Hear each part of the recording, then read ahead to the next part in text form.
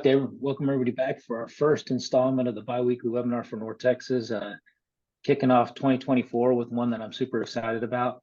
We got John Trice with us here with North Carolina Soccer Association. He's going to be covering something that I think is near and dear to what I believe in as well. It's creating a quality teaching plan or coaching plan whenever you're setting up your practice to make sure you're hitting the things that you want to hit and the things you want to do. And when I started setting up the series on the supplementals, this is one of the bigger topics that I thought was super important. I can't think of a better person to cover it than you. John, I appreciate you doing this today and taking time out of your busy schedule to help out our coaches here in North Texas. Yeah, thanks for having me, Warren. Just as a brief introduction, my name is John Trice. I'm the Associate Technical Director for North Carolina Youth Soccer. Within our technical department, I support our coaching education from grassroots, D license, C license, and B license courses. I oversee direction of our youth academy program, which is the U8 to U10 youth programming across the state of North Carolina. Currently, we have 75 youth sections for that. And then I'm also the ODP director for North Carolina ODP. So excited to have an opportunity to share a little bit more information with you about creating a teaching plan within your training session. We always start with having a player-centered context. How would you describe your soccer environment? What are the different components that play a role within your soccer environment? All right, as you look at creating training sessions that can help. Better environments is going to equal better players. And so we have to always first look a little bit deeper there. So who is in front of us at our practices? Who are the players? What are those players able to understand? What are they able to learn? This is going to help us first create activities that support their development through the practice, but then allows us to develop a better understanding of the teaching plan that we may implement within these activities, and then within the training session. So as we dive a little bit deeper into looking at who is in front of us, these are some components that we're going to think about. Our players, where are they from a social development standpoint? You're going to see a range when you think about the difference between players that are maybe at the U8, U9, U10 age groups compared to players that are at the U17, U18, U19. Where are they in their emotional? What language do they understand? And when we're referring to language, we think about soccer terminology based on their involvement in the game, right? Based on how long they've been involved in the game. Where are they from a cognitive development standpoint? And then also the physical development is going to be a big piece as well. What are they capable of executing? We must start with this player-centered context, with this evaluation of who is in our environment so that we create activities, sessions, and then a teaching plan that's going to support those players' learning. Many of us, Warren, myself, we are all connected to U.S. Soccer's coaching education department, and we always like to reference the coaching philosophy. Our philosophy is that we have the players at the center, and the environment that we're creating as we think about how we teach and how players learn have these four different components. Is it a reality-based environment that we're creating? Is the game present? Is there a version of what's happening in training to what we want them to execute in the game, right? Or is there an experiential component to our activities and to how we're supporting them through our coaching? Are we allowing the players to succeed, to fail, to find some of their own solutions within our activities? Is there a holistic approach? All the things within the game are connected, all right? And are we looking at not only how are they improving as soccer players, but how we're connecting it to develop them as people, and how are we supporting their own development, all right? How are we supporting them, all right, to create and take ownership of their own process within our training session and of their development? Before we can get to our teaching plan, it's important that we have a clear training structure. And so I'd ask you to reflect for a second on what is the training structure you typically use in your practices? Do you have one? Is it consistent? Does it vary from week to week? So when we're talking about training structures, Here might be some examples. You may typically run practices that follows more of a progressive structure. You start out with some technical work or some rondos. You build into a small-sided activity. Maybe that grows into a larger, extended, small-sided game. And then maybe you finish with a game at the end. Based on your environment, and particularly if you're at the grassroots environment, you may have a structure of play, practice, play. Creating some intentional free play as soon as they arrive, building it into a more tactical practice session, and then allowing them to experience it at the game at the end. Another structure could be whole part whole. A big game when they first arrive, break it down into a smaller piece, and then go back to the big game. And you might even use the regressive structure, where as soon as you get them there, you put them in the big game, and then you break it down smaller, and then finish with a more isolated, non-game form technical exercise at the end. The reason that we touch base on this training structure is that it's important that that's clear and that it's intentional, because based on the structure that you're implementing is going to directly connect to your teaching plan. How are you going to layer the learning through those exercises? What methods you might use and when you use them, based on what type of activity you're running and where it's going to go next. What are the first steps of creating a teaching plan for your training session? It starts with, when will you coach? So you've got this larger training session. Within it, you've got maybe 2 activities, 3 activities, 4 activities.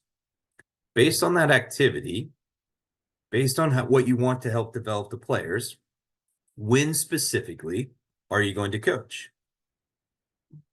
How are you going to provide information to the players in the introduction to help them to begin to understand what you want them to develop and how you're going to support them through this activity?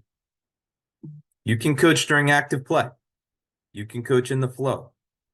There might be an intentionality of you wanting to provide information to the players while the activity is going on. And then we're also going to see a lot of moments within our practice, within our activity, within our session, where there's maybe going to be opportunities to coach at a planned stoppage, maybe at a natural stoppage when the ball goes out, or there's also going to be moments where we may pause the practice, stop it completely, freeze it, if you will, so that we can help support the players' learning. We believe that there is value to having this planned out prior to arriving to your training session. Based on the activity and where it fits into your overall training session structure, when are you going to specifically coach within that activity? And how might that activity type influence the decision of when you coach? Here's an example I'll give you. The players have just arrived, and you have them in an intentional small-sided game. That may not be the time to pause it, freeze it, and give them a lot of information. They may need to experience the session a little bit more. They maybe need the opportunity to succeed, to fail, and to find some of their own solutions. So maybe you have some intentionality of you're only going to coach when the ball goes out at a planned stoppage. So you're going to play for 3 minutes. At a planned stoppage, you're going to give them some information, and then you're going to allow them to play again. That's an example of how the activity type might influence your decision of when you coach. Another example would be if you have a much larger activity. Maybe you have 7 players attacking against 6 players and a goalkeeper. The game's bigger, the space is bigger, there's more players, it's showing the players something different. That might be a time when you find a natural stoppage to coach, or you might even pause to help paint the pictures for the players. So it's important that we're thinking about the activity type, where it falls within the structure, and when specifically we want to coach within that session or that activity. The next part, as we think about our teaching plan, is how will you coach? Which coaching interactions or methods will you use to influence and change player behavior? So we've got a lot of methods within our coaching toolkit. Check and adapt, give positive reinforcement. We can use keywords. There's lots of opportunities to ask quiet questions and use guided discovery. Demo, And that often happens at those freeze moments. Provide specific feedback. And sometimes we may just tell the players, hey, this is what I need you to do. So reflect for a moment here. What teaching actions, as you look at this resource, do you use most often? Which are the ones that are most comfortable for you?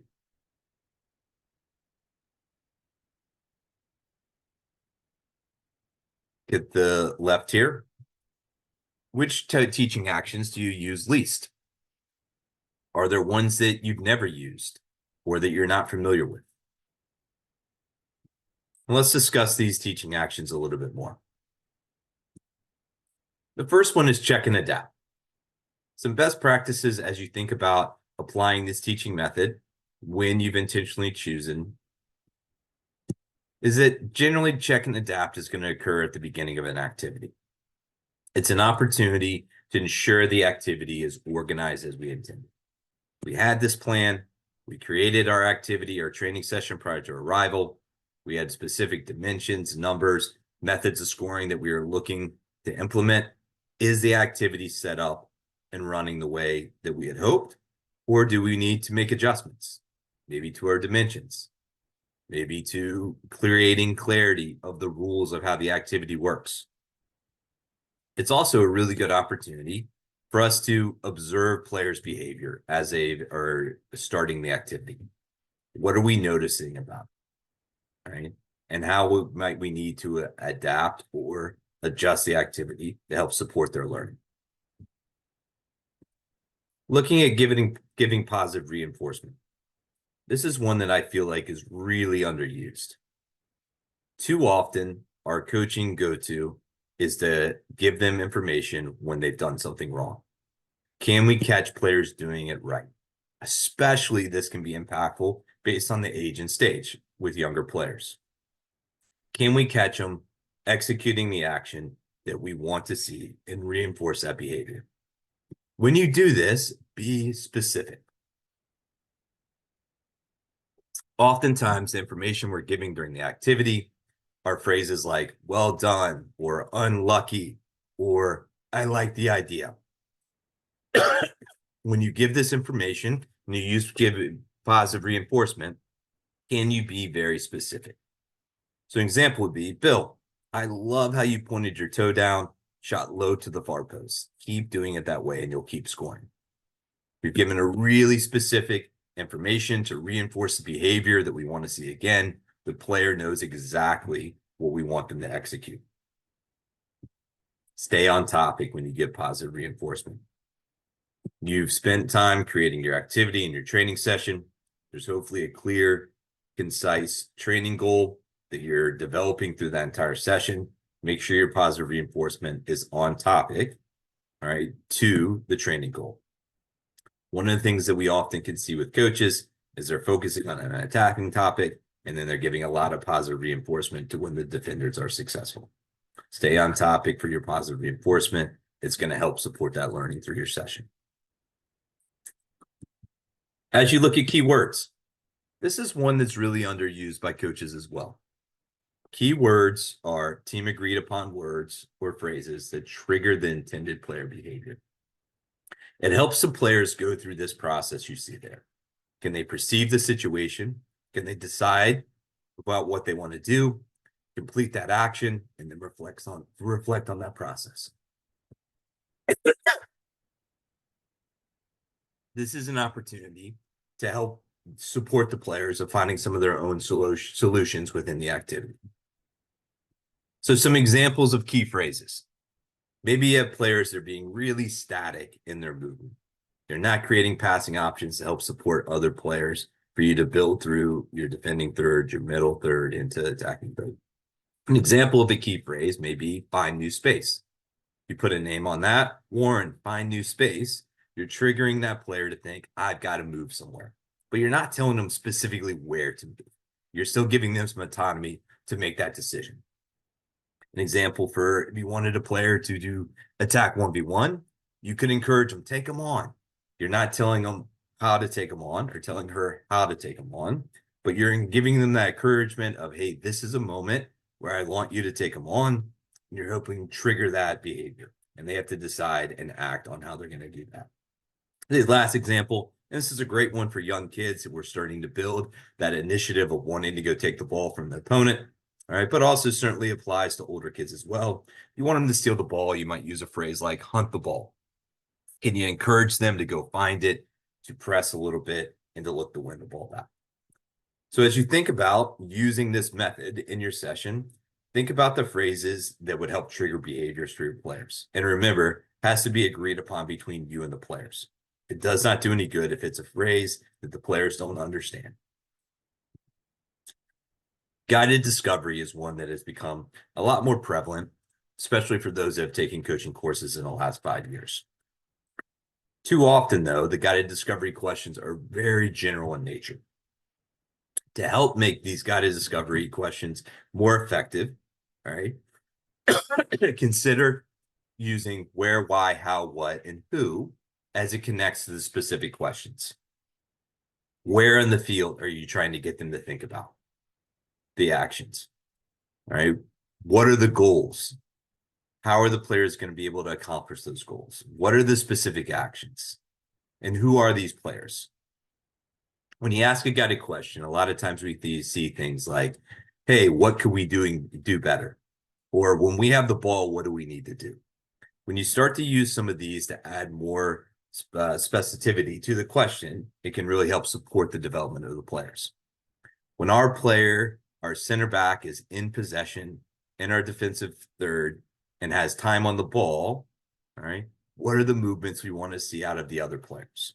Now you've started to paint the picture of where they're on the field, who's in possession, who might also be connected.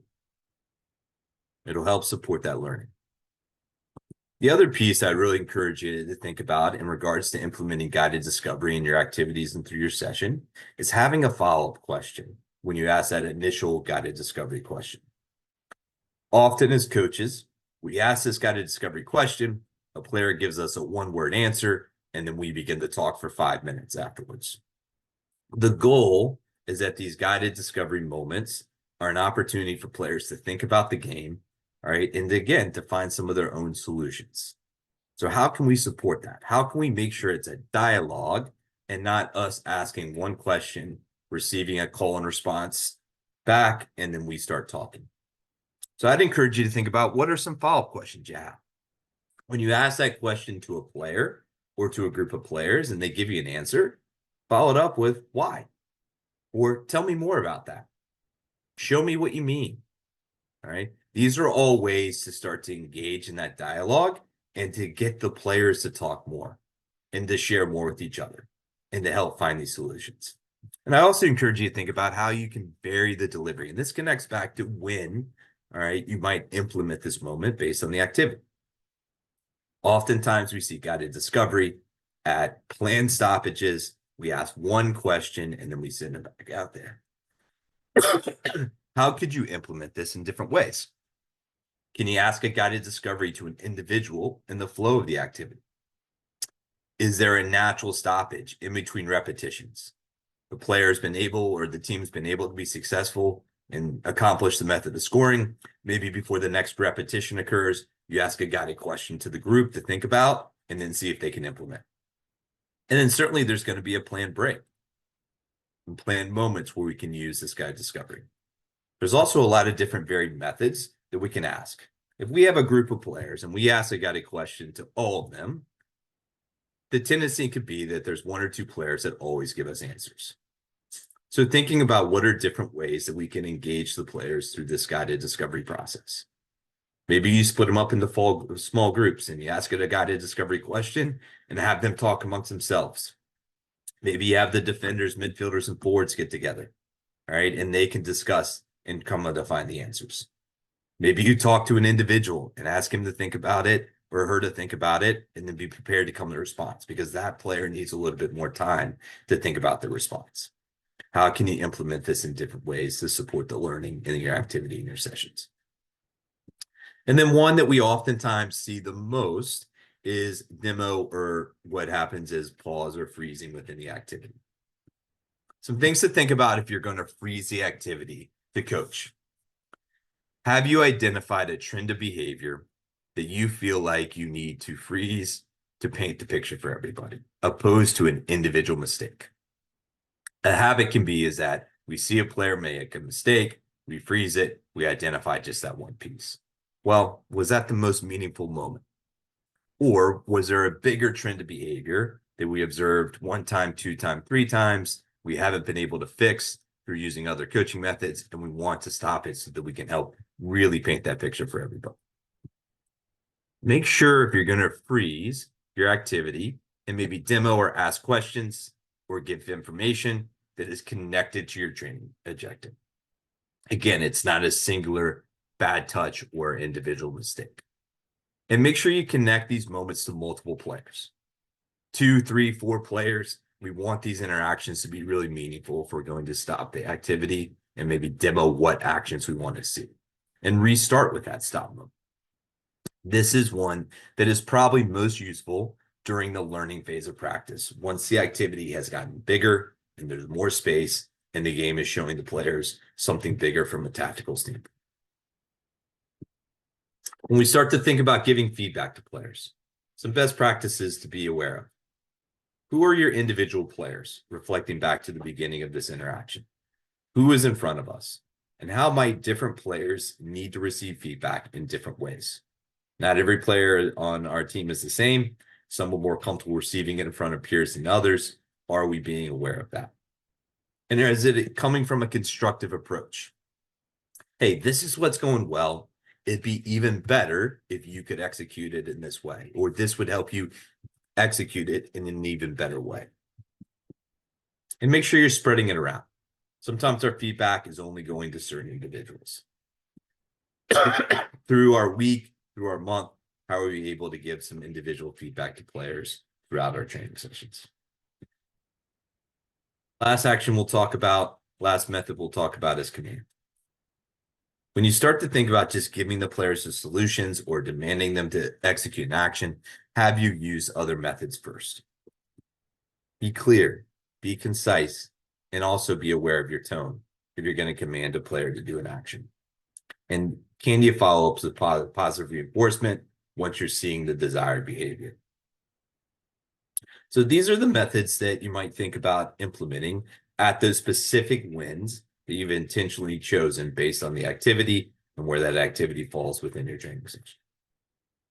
Last piece as we think about our teaching plan, what will you coach? So we've created our training session structure. We have individual activities we're hopefully going to support our learning. We've decided when we want to coach specifically within those activities and the methods we think will be most effective to support our players' learning. What specifically are we going to coach?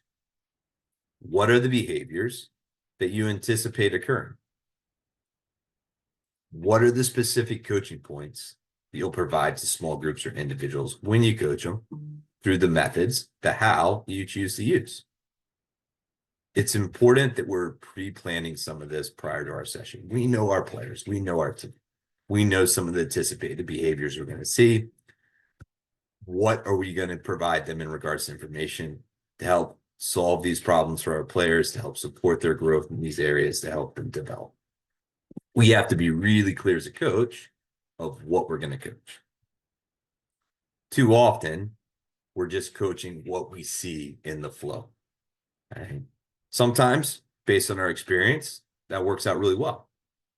For some of us, it can really derail us and get us off our topic. So thinking about the specific coaching points that you want to make at that specific win, using those specific methods can be really valuable. So I'll give it a moment here, just for you to think about questions, thoughts, comments. Warren, Javier, I don't know if you guys want to ask anything as well for a little bit deeper dive. Yeah, because I was thinking about it, just some of the things that I see within the coaching courses. Sometimes candidates have a hard time with the guided question piece, to be able to ask the question, then they turn around and start answering the question, to be patient, and also to find a way to build that question in a way that allows the players to think. And just kind of interested in your thoughts. I mean, why is it important to do the guided questions? Because I know what I think, but I mean, It's, I think, something that people don't really understand the purpose behind it and how powerful it really can be. Yeah, no, absolutely. We think about our own learning process, right? Within how we coach, if we just say, hey, do it this way, right? Well, sometimes we remember that, but sometimes that can be a challenge for us to go, what did Warren say? Or what did John say? Or what did Javier provide? Well, that's the same thing for our players. We give them a solution that might work in that moment, but that may not support their long-term development with finding those solutions. So the goal of our guided discovery is that it helps players to find some of those own solutions on their own, and that's going to equate to more long-term learning, more long-term retention. Okay. It also allows us to get a better understanding of what the players are thinking about. Okay. Sometimes we perceive that they're looking at a scenario one way, and then we just give them a solution. But through these guided discovery interactions, sometimes we might find out, oh, wow, they were looking at it from a completely different approach. We need to address something else, or I need to support their learning in a different way. Okay. I think one of our goals is that we know, all right, that there's a lot of different ways to be successful within the game. All right. We as a coach want to give them all the solutions of how we see it, but sometimes we need to allow players to find their own ways to be successful within the game. And guided discovery is a way to support that. Gotcha. And that's one thing, if you don't mind adding to it. I always thought of it this way too, is when players are playing in a game, if we have to tell them what to do or give information, they're not thinking. It takes way too long. Whereas within practice, if you allow them to come up with their own plan, their own solution, they start developing that skill within the game to help develop when they actually play. I know your thoughts on that. How Yeah, many times? absolutely. Oh, I'm sorry. And then how many times do you find it difficult with people that try to do the guided questions? I mean, do you have any suggestions on preparation? Especially, I know you spent a lot of time talking about the how to start off the practice with the coaching sessions in mind. Do you suggest people go ahead and start writing down some of the questions based upon the expected results from the practice that they want? Yeah, absolutely. I think to continue thinking about implementation of those different methods, again, that might connect to your what. What are some specific guided questions that you planned out? And how can you make those questions a little bit more specific? All right. Because one of the things that we tend to do as coaches, if we can ask really generic questions, it can kind of allow the players to go anywhere. So if we've really thought about some of these questions in a little bit more detail, that might help support pointing the players in the right direction. I think the other part in regards to delivering guided questions as a coach is that we have to have some patience with silence. Mhm. A challenge that we have is that we ask the guided question, the player, the team doesn't give us answers right away. We panic as a coach and we just start talking again for a while. So sometimes we have to understand that it may take our players a little bit of time to find answers. So again, thinking about the implementation of that can be really important. Do you ask them a guided question and go, hey, I want you to think about this as you're going to get water? Maybe talk with a friend as you're doing that, so then you can come back and give me an answer. That's Or good. you may ask a guided question and the players may not know what the answer is, and that's okay. You may have to ask it in a different way. So again, that's why I would really lean people to having some follow-up questions. All right. But also being okay with being patient and knowing that based on your who's in front of you, it may take them a little bit of time to answer. For us as coaches, like anything, the more that we look to implement, the more that we implement, reflect, and then develop that, that's going to help us to feel more comfortable to do it. No, I love it. And then, I know you talked about keywords and the importance. I know that sometimes that we spend a lot of time with that, but especially with trying to get a certain idea through, how important is it to you, or do you see it being to stay on those keywords, to have, I always kind of equate it back to math class when I taught math, where we have something like cross multiplication would be, bat and ball, butterfly, and all this kind of stuff, where a kid thinks that one idea is actually three different ideas, but the language is not produced in such a manner that the kid now relates instantly whatever the idea is. And I kind of want to see your thoughts on that. Yeah, great question. I'll reinforce that keywords must be agreed upon between you and the players, because all of us that are coaches are getting older, all right, and the language has changed. An example I'll use is a phrase that was used a lot with me as a player was this idea of pinching in. We'd always say, hey, pinch in. And every player knew that meant to get a little bit tighter to the middle. I found that players that are currently coming up don't know what that phrase means. So we as a coach may be telling them to pinch in and trying to use that as a phrase that's going to trigger the behavior of our back four getting a little bit tighter, but the player doesn't have any idea what we're saying.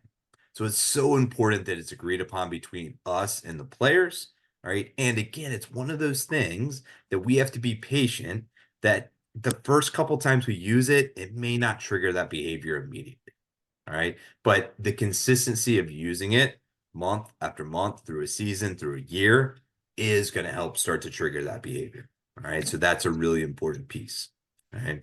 And then ultimately, the goal of using these key phrases is not to start to just what we would call joystick coaching, where you're just telling them, do this, do that, go there. The idea is that it's a phrase or a word that you're going to use intermittently to help support the players to remember that behavior they want to do. But ultimately, hopefully they're going to start to do it on their own. But we're not going to just repeat and yell and say this over and over. But again, that idea of a player that we want to help support them to understand, hey, you're being static. We need you to move. We need you to create passing options. If we say, hey, Warren, find new space, all of a sudden it's triggered. I need to go somewhere else. All right. And we're able to do it in a constructive way that helps to support the player, give them some autonomy of ultimately making that decision. No, I love that. That's awesome. And then how many times do I know here in North Texas and with the coaches, because I've dealt with quite a bit, they have a hard time understanding how important it is to stay within the topic. And I know you brought that back up in the beginning. Then have you seen that where people jump around? They start off, maybe it's a, attacking, topic, and somehow they jump into defense and they're spending a lot of time on topic. And what are the things that you see as detrimental to the practice itself if they go start jumping around? Absolutely. And it always comes from a great place. We as coaches, we want to help the players so much. We know we have so much soccer knowledge to give them, and we want to give it to them all at once. All right. But learning is challenging, right? And you can only process so much information. A really important question that you should ask your players at in the practice is, hey guys, what was our training theme? What did we work on? How about that? It's a really telling question because sometimes you'll be surprised at all the answers that you'll get back. All right. And if you're getting back a lot of different answers of what the players think you worked on in practice, that may have not supported their development that day.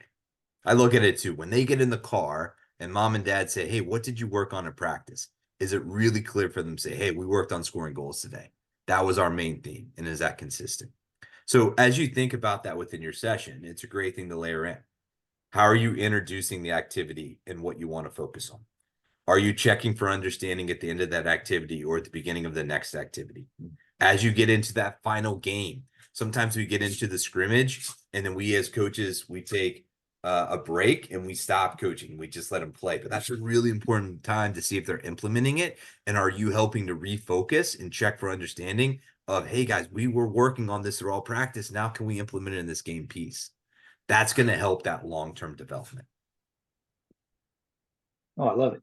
Yeah, Michael, appreciate that. I don't know if you see the comment that he just put in the chat, but Michael says, let me see, it just dropped off, of course, but no, can you see the chat within yours here? Yeah, it says Michael says that hits home. Sometimes I feel like a little Dutch boy plugging holes and I lose focus at the practice. And that's a habit for all of us. I will point you back and everyone back to that goes to your planning process. If we have a really clear planning process of we've created a session, our activities are intentional and they flow into each other, and we have a clear training plan, that's going to help us stay on task. It's going to help the players by the end of that practice get better at that individual piece. And remember, it's about long-term development. It's about one practice that leads into the second practice, which leads into the second week, which leads into the month, which leads into that 3 months. And we're looking at the development in all these different areas over a 3-month period, not how much can we get done just in that one practice. No, I love that. And thank you, Michael, for your comment as well. Gosh, I'm going to open up to anybody else that might have questions. I mean, I could have a better guy to discuss this topic than John. And with that, also, I want to thank you for doing this as we're waiting on questions to come up. And you can unmute yourself if you wish to do so. And I think I'm going to take a second too while they're formulating that to plug our next round. We're going to have Costas on next time. I'm pretty excited. He's going to add like a nuance to the same topic about how to develop them. So I'm really excited about that. But then also we're starting a brand new Spanish version of the biweekly webinar. We'll start on the 22nd as well. We'll have Sammy out of Tennessee coming in too, and they'll be in straight Spanish, and Javier Padermo, our admin here in the office, he'll be covering that course. So I'm really excited to see how that goes, and that'll be at 2 o'clock on the 22nd, and Costas will be at noon. But both are upcoming things that are coming up, and we'll send out more information as it comes through. But anybody have any questions before we let poor John off the hook? And it looks like you did good. Well, I appreciate your time and taking the time out to help us out here in Texas. Hope you get to feeling better, because I know, especially, I guess they didn't know you're kind of under the weather. So to take the time out to cover this session with us is unbelievably important. And like I said, I can't say how much I appreciate you doing so. It was awesome today, by the way. Yeah, thanks for having me, Warren. I enjoyed the heck out of it. So with that, we'll close it out, and we'll see you guys again in 2 weeks on the next webinar. Once again, we'll have it updated on the YouTube channel. We can catch every single one of these sessions from our first days of doing it back in the summer to now. And we look to seeing everybody in the future.